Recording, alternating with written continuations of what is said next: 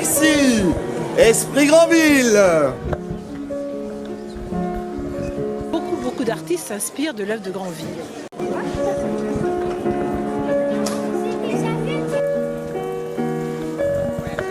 La métamorphose du jour, le diable à Paris, Esprit Granville, tout ça c'est des travaux, des figures de Granville. Et il a fait une figure qui s'appelle le diable à Paris. Et à juste titre, ça nous correspondait bien. On allait au bord de la mer avec mon père, ma soeur, ma mère. Granville déjà qui est une figure des caricaturistes. Déjà il y a cette figure-là qui nous inspire tous. Et puis Alain et Perle qui ont le resto du coin et qui ont organisé ce raout. Donc on s'est dit, ici on va fédérer le quartier, on va essayer de vraiment créer quelque chose pour que ce quartier vive et remettre Granville à l'honneur. Comme ils dépensaient leur argent. Granville est un caricaturiste de génie et il habitait Saint-Mandé, il a vécu ici tout le temps, dans la rue qui porte son nom. Et donc je le savais sans le savoir, mais je connaissais un peu son œuvre. Et puis quand le comité Granville m'a dit « Est-ce que tu veux faire quelque chose avec nous ?» J'ai tout de suite eu envie de le faire. Et donc j'ai ressorti de mes tiroirs des textes que j'écris simplement pour le plaisir de les faire, qui sont donc ironistes. En tout cas, je n'écris pas pour ceux à qui on fait dire en message radio « Chérie, allons chez Leclerc » ou bien « Quoi ? 5 € de bon d'achat pour 30 € payés en caisse ?» et font semblant de trouver ça émerveillant. Il fallait faire attention quand on avait payé le prix d'une location. Ne pleure pas. Il ne nous restait pas grand-chose.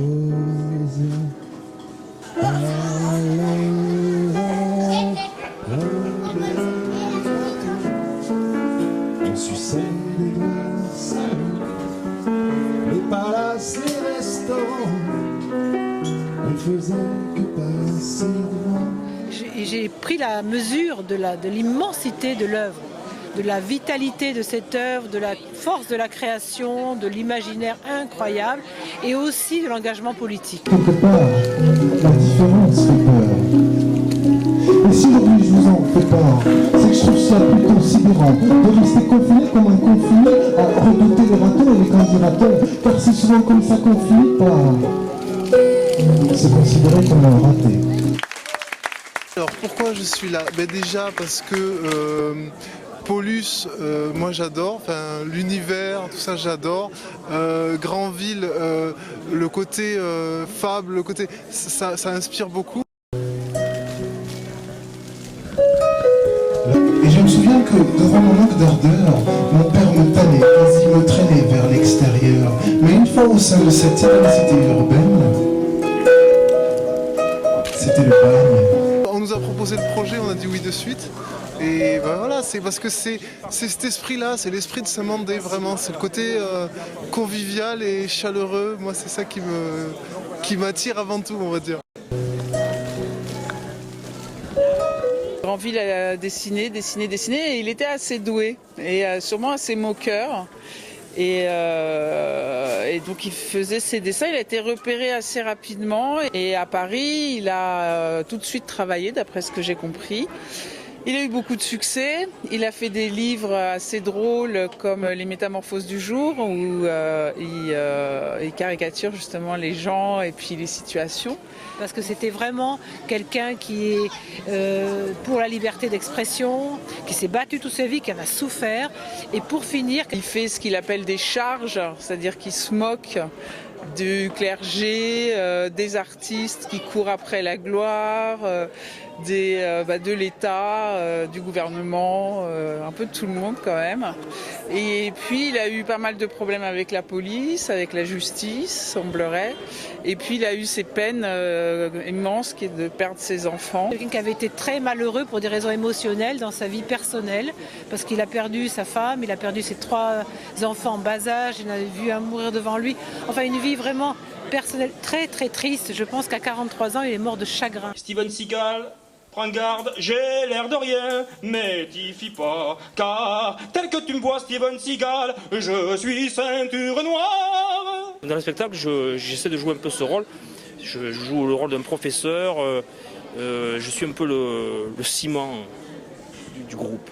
Très vite, vu qu'il fut la victime d'horribles hallucinations à caractère psychédélique, moralité, ce n'est pas bien de se droguer. Ajoutez, voyez-vous, ce n'est pas tout. J'ai les genoux bien trop mous, je ne tiens même plus debout. Appelle-moi une ambulance, moi je vais tomber en trou.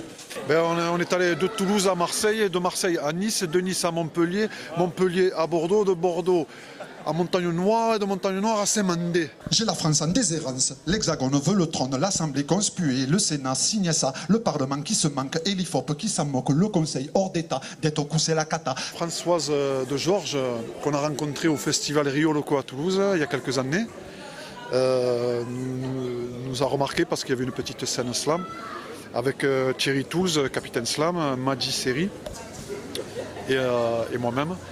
Et donc depuis, c'est une aventure, chaque année, elle nous invite sur d'autres festivals. On a été en Bretagne, on a été un peu ailleurs.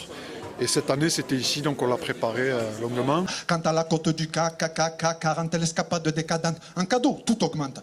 L'Élysée défrisée, Matignon fait doublon, c'est la même quand tu pèles une peau d'oignon.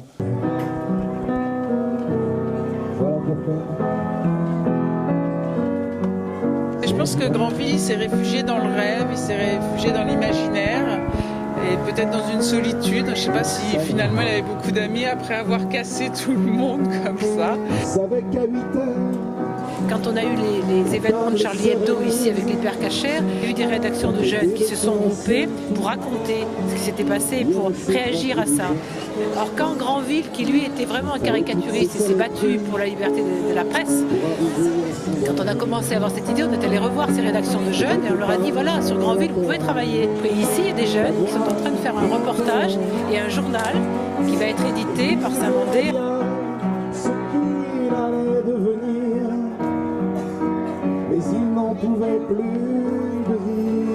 Donc c'est des figures de Granville qui parlent dans l'esprit Granville.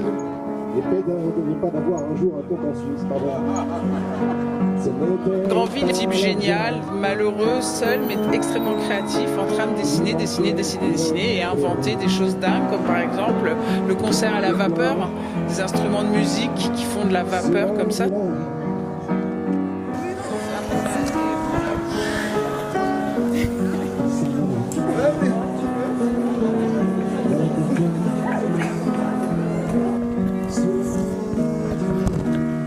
Voilà, c'est une façon de lui rendre hommage. C'était aussi, je pense que pour nous tous, quand même, une manière de rendre hommage à Charlie Hebdo, enfin aux dessinateurs, à Volinsky, à Tinius, à Honoré, à Cabu.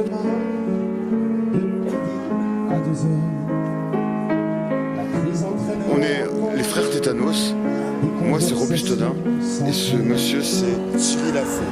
Enchanté.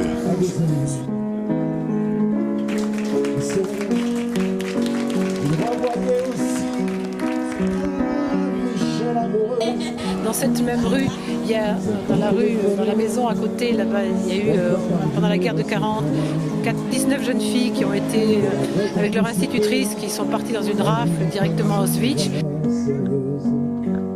Il y a eu beaucoup de choses qui se sont passées dans cette toute petite rue.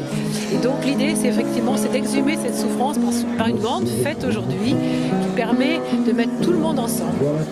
Voilà, c'est une grande utopie, mais finalement c'est très agréable. C'est possible de vivre ensemble, c'est possible d'être heureux, c'est possible d'échanger, c'est possible d'être différent et de partager. Je pense que c'est là où on se retrouve tous. Et donc on a essayé.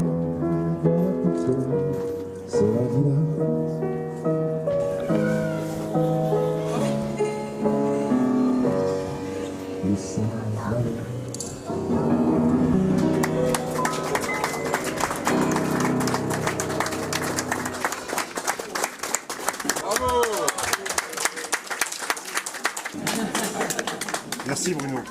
À Saint-Mandé, c'est tout dans l'esprit Grandville. Entends-tu bien les Toulousains dans la ville à Saint-Mandé? C'est tout dans l'esprit Grandville. Entends-tu bien les Toulousains dans la ville? On free, on style, oh oh, mais le micro, ce de bon son, on envoie les bons propos pour vous. Que du bien. C'est ce que disait Orson Welles, c'est soyez vous-même, les autres sont déjà pris.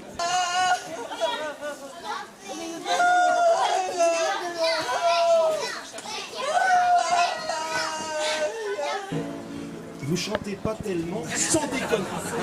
Je reprends.